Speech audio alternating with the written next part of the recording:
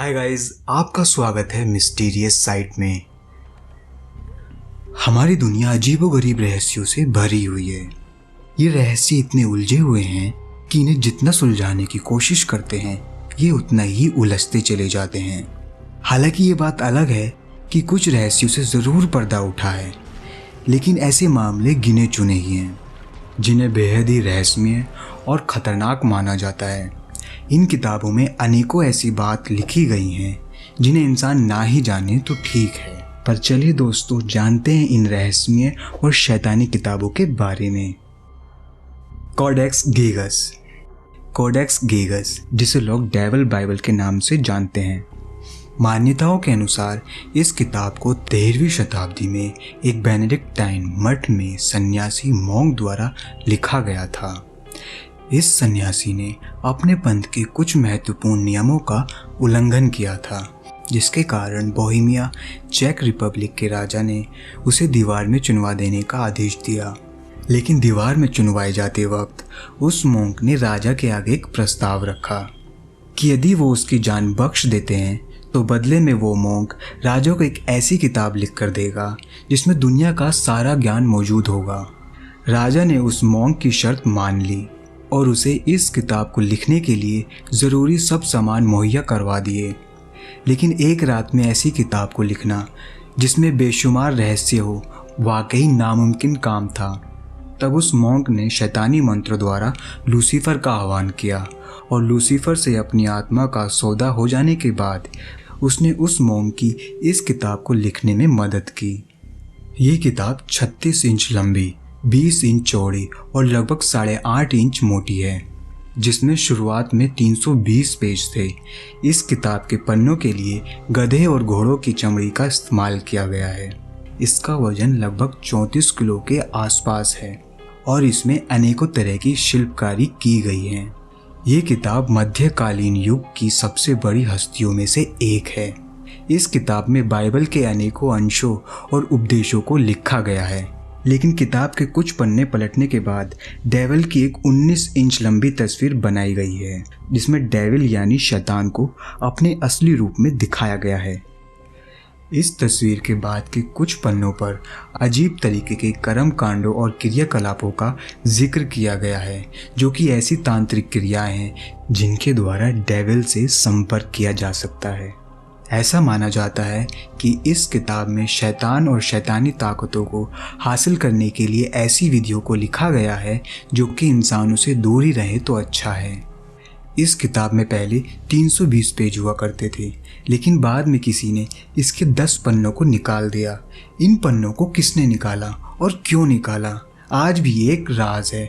और उससे बड़ा राज ये है, आखिर उन 10 पन्नों पर ऐसी कौन सी जानकारी मौजूद थी जिसे दुनिया के सामने आने से रोका गया। इस किताब को ढूंढना बेहद ही मुश्किल है, लेकिन डार्क वेब पर इस किताब की कॉपी को खरीदा और बेचा जा रहा है। हालांकि इस किताब की ओरिजिनल कॉपी को फिलहाल चेक रिपब्लिक के नेशनल लाइब्रेरी में रखा गया है, जहां इस पर आज भी कई रिसर्च चल रही है। Voynich manuscript. ये किताब दुनिया की सबसे रहस्यमय किताबों में से एक है। वॉयनिच मैन्युस्क्रिप्ट, इस किताब को लिखने वाला कौन है ये अब तक पता नहीं चला, पर कार्बन डेटा की मदद से ये पता लगा है कि ये किताब 1404 से 1437 के बीच लिखी गई है। इस रहस्यमय किताब को पोलिश में रहने वाले अमेरिकी पुरातात्विक पुस्तक विक्रेता विलिफर्ड एम वॉयनिच ने सन 1912 में एक पुरानी किताब की दुकान से इस किताब को खरीदा था। तब उन्होंने इस किताब को वॉयनिच मैन्युस्क्रिप्ट का नाम दिया।